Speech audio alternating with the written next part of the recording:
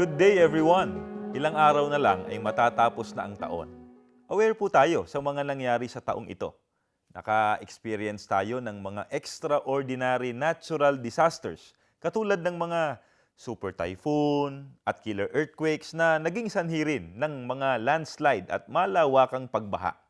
Ang mga ito po ay nagdulot sa maraming tao ng alalahanin, kabalisahan o anxiety at kawalan ng peace of mind. Subalit, sa ganitong mga panahon, ay nakilala naman natin ang mga taong tunay na nagmamahal at nagmamalasakit sa atin. Mga taong tumulong at ginawan tayo ng mabuti sa panahon ng ating pangangailangan. Kaya tayo ay taus-pusong nagpapasalamat ng marami sa kanila.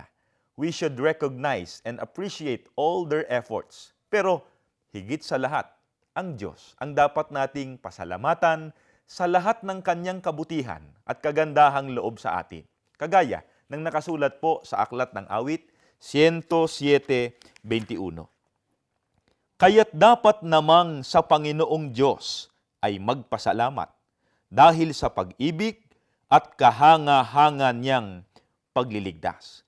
I-share nyo naman sa amin sa comment box below kung ano po ang ipinagpapasalamat ninyo sa Diyos bago matapos ang taon. This is your guiding light for a new day. Muli, a blessed day po at ingat kayo.